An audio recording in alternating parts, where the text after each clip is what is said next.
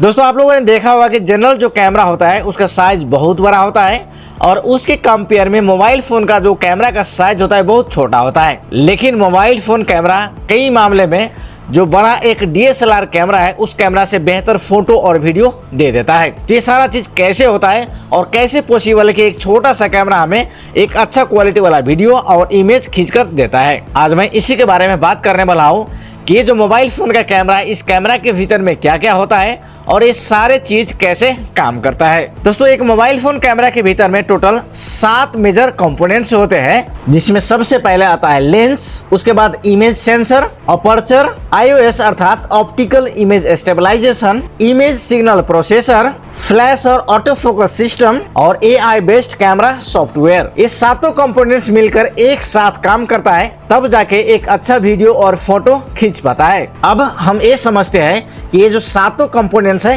काम कैसे करता है। इनमें सबसे पहला आता है लेंस, और लेंस का काम होता है लाइट को इकट्ठा करना और उन सारे लाइट्स को इमेज सेंसर तक पहुंचाना। अब लेंस में बहुत टाइप का लेंस होता है, अल्ट्रा वाइड लेंस होता है, वाइड लेंस होता है, टेलीफोटो लेंस होता है और मैक्रो लेंस भी होता है, जिसमें wide lens background widely capture करने के लिए यूज किया जाता है। इसी के साथ जुड़ता है अल्ट्रा वाइड भी। अल्ट्रा वाइड का मतलब होता है कि जो बैकग्राउंड है वो और ज्यादा लार्ज साइज में कैप्चर करना। टेलीफोटो लेंस को दूर के चीज को नजदीक लाने के लिए यूज करता है और मैक्रो लेंस छोटे छोटे चीज को क्लोजअप लेने के लिए यूज करते हैं। तो मेन हुआ लेंस, और लेंस के भीतर में अलग अलग टाइप के लेंस यूज होता है। इसके बाद आता है इमेज सेंसर। जब इमेज सेंसर को लेंस लाइट को कलेक्ट करके इमेज सेंसर के पास में भेजता है, सारे लाइट को कलेक्ट करके इलेक्ट्रिकल सिग्नल में इसको कन्वर्ट कर लेता है इमेज सेंसर। अब यहाँ पर इंपॉर्टेंस होता है इमेज सेंसर के साइज की। जिस इमेज सेंसर की साइज जितना ज्यादा होगा वो कैमरा उतना ही ज्यादा क्वालिटी वाला और क्लैरिटी के साथ में फोटो और इमेज ले सकता है। इसीलिए यदि आपको अच्छा इमेज चाहिए, अच्छा वीडियो चाहिए, तो सबसे पहले जो आपको फोकस करना है वो है इमेज सेंसर के ऊपर में। इमेज सेंसर जितना बड़ा होगा उतना क्लैरिटी इमेज में और वीडियो में आपको मिलेगा। इसके बाद आता है अपर्चर। अपर्चर को आप ऐसे समझ सकते हो कि अपर्चर एक विंडो है जिसके थ्रू लाइट सेंसर के इमेज सेंसर के ऊपर में आता है। अब यहाँ पर अपर्चर का साइज मैटर करता है।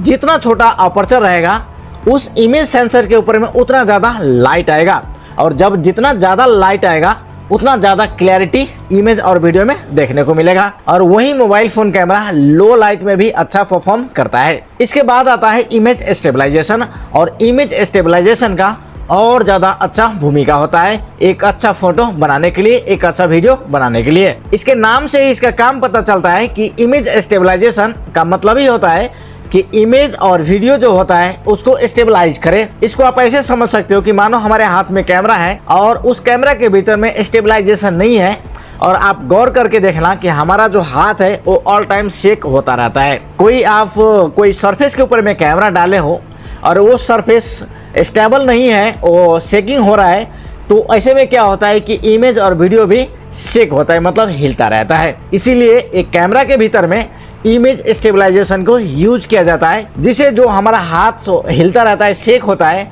और जो सरफेस हिलता रहता है, शेक होता है, उसको कंट्रोल करते हैं और इमेज और वीडियो को स्टेबलाइज रखता है।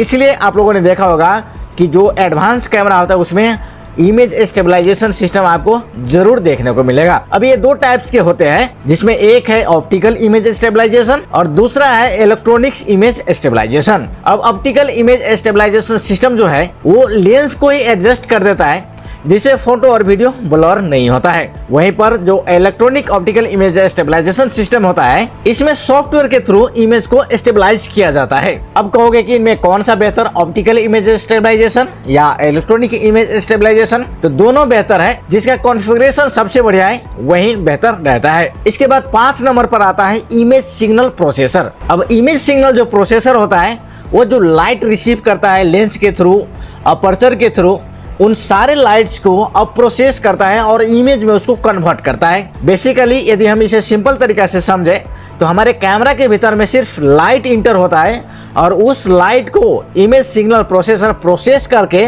इमेज और वीडियो में कन्वर्ट कर देता है। यही काम होता है इमेज सिग्नल प्रोसेसर को। इसके बाद छठा नंबर पर आता है ऑटो फोकस और फ्लैश लाइट। फ्लैश लाइट इसलिए यूज किया जाता है कि जहाँ पर लाइट ना हो, लो लाइट हो, उस कंडीशन में फ्लैश लाइट के यूज करके जो सेंसर है और इमेज प्रोसेसर है उसके लिए एक अप्रोप्रिएट लाइट इकट्ठा कर पाए, इसलिए फ्लैश लाइट को यूज किया जाता है कैमरा के भीतर में। ऑटो फोकस का काम होता है कि जितना भी लाइट होता है उन सारे लाइट को फास्ट तरीका से फोकस करके इमेज सिग्नल प्रोसेसर को हेल्प करे। इसके बाद आता है दोस्तों AI बेस्ड सॉफ्टवेयर। सॉफ्टवेयर के थ्रू आप फोटो में और वीडियो में लाइट को इंक्रीज कर सकते हो, लाइट को आप डिक्रीज कर सकते हो, फोटो को आप क्रॉप कर सकते हो। मतलब एक कैमरा के भीतर में सिर्फ हार्डवेयर से ही काम नहीं चलता है, एक सॉफ्टवेयर का भी आवश्यकता होता है कि मानो लेंस ने लाइट दिया, ऑटो फोकस ने फोकस किया, इमेज सेंसर ने उसको प्रोसेस किया और इन सभी को इकट्ठा करके इमेज और वीडियो बनाने के लिए जो यूज किया जाता है वो काम होता है सॉफ्टवेयर का। और सॉफ्टवेयर के थ्रू ही हम वीडियो और इमेज देख पाते हैं मोबाइल फोन के भीतर में। ये था कैमरा के डिटेल्स कि फोन में एक कैमरा कैसे काम करता है। ये वीडियो आपको कैसा लगा अपना राय कमेंट में जरूर बताना। फिर मिलते हैं हम किसी और दूसरा वीडियो में, तब तक के लिए नमस्कार और धन्यवाद।